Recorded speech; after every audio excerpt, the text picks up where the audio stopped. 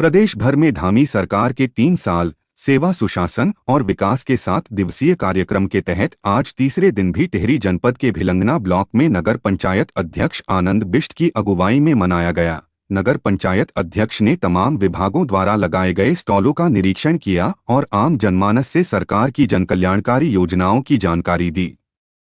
उन्होंने कहा कि हमारी सरकार ने पूरे देश में सबसे पहले यूसीसी लागू किया है, साथ ही सशक्त भू कानून भी लाया है। इस दौरान हिमालय इंग्लिश स्कूल की छात्राओं द्वारा रंगारंग प्रस्तुतियां दी गई, जिसके लिए नगर पंचायत अध्यक्ष ने पुरस्कृत भी किया। इस दौरान गोविंद बडोनी, अरुण रतूड़ी, विनय राणा, विजय राणा, मनीषा शाह, खंड विकास अधिकारी विपिन सिंह, डीपीओ अनुज बहुगुणा, रघुराज बिष्ट, मनीष पंवार, प्रवीण रतूड़ी, मुकेश नौटियाल, भूपेंद्र नगर, राजेंद्र परमार, सुधीर नौटियाल, सुनील सिमवाल, राजेश मिश्रवाण, बॉबी श्रीवाल आदि मौजूद रहे।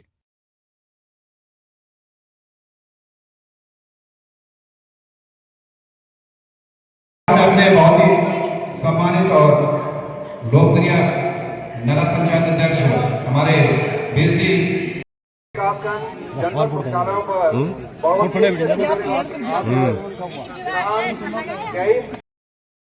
और खुशी हो रही है कि अपने प्रदेश की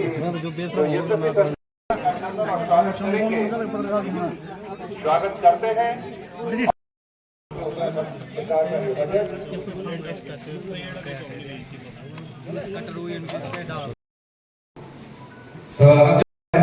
आपका हार्दिक आभार और स्वागत।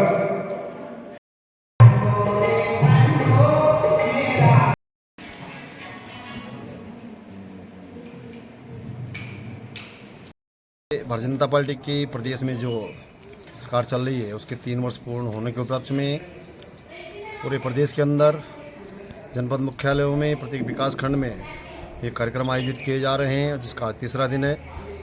और आज अपने विकास खंड भिलंगना के अंदर यह तीसरे दिन का ये कार्यक्रम चल रहा है। हमारी सरकार के द्वारा गत 3 वर्षों में माननीय मुख्यमंत्री पुष्कर सिंह धामी जी के नेतृत्व में जो भी जन कल्याणकारी कार्य किए गए हैं, अपनी दूरदृष्टि को मद्देनजर रखते हुए, चाहे यूनिफॉर्म सिविल कोड का विषय हो, क्योंकि आवश्यकता थी इस प्रदेश को कि एक यूनिफॉर्म सिविल कोड लागू करना बहुत ज़रूरी था। पूरे देश के अंदर उत्तराखंड पहला राज्य है जिसने अपना यूनिफॉर्म सिविल कोड लागू किया, जिससे हमारे जो अधिकार हैं, विभिन्न धर्मों के जो अलग अलग कानून थे, वो सब एक कानून के तहत निहित होकर सबके लिए समान कानून की प्रक्रिया बनाई। महिलाओं के उसमें अधिकार रखे गए। तो अनेकों यूनिफॉर्म सिविल कोड करने के बाद अनेकों ऐसी सुविधाएं, ऐसी व्यवस्थाएं आम जन को देने का माननीय मुख्यमंत्री जी ने प्रयास किया।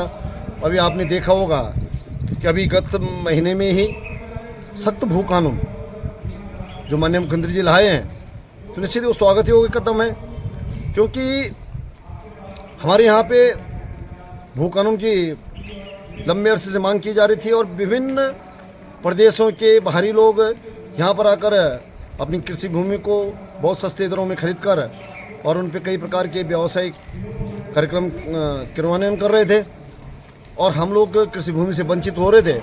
तो जब ये भू कानून, सख्त भू कानून आया, तो अब निश्चित ही जब तक एक ऑनलाइन डाटा के अनुसार ही कोई भी व्यक्ति, बाहर का व्यक्ति भूमि खरीद सकता है और कृषि भूमि पे सख्त रूप से प्रतिबंध लगा दिया गया। दूसरा, हमारा जो चकबंदी का जो विषय, पहाड़ों में कई लंबे समय से चकबंदी का विषय आ रहा था, तो पहाड़ी परिवेश के लिए चकबंदी की बहुत नितांत आवश्यकता थी, इसलिए इसमें चकबंदी का भी प्रावधान रखा गया है।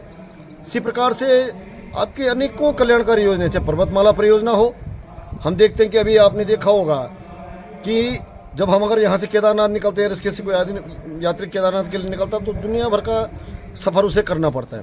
और पर्वतमाला जो परियोजना बनी, इससे निश्चित ही समय की बचत होगी, श्रम की बचत होगी और ट्रैफिक की कमी रहेगी, ट्रैफिक के जाम की कमी रहेगी। तो इस प्रकार की अनेकों कल्याणकारी योजनाएं अपने माननीय मुख्यमंत्री जी चला रहे हैं। मैं माननीय मुख्यमंत्री जी का इस 3 साल के कार्यकाल पूर्ण होने पर, सफलतम कार्यकाल पूर्ण होने पर बहुत बहुत बधाई देता हूँ, बहुत बहुत धन्यवाद देता हूँ।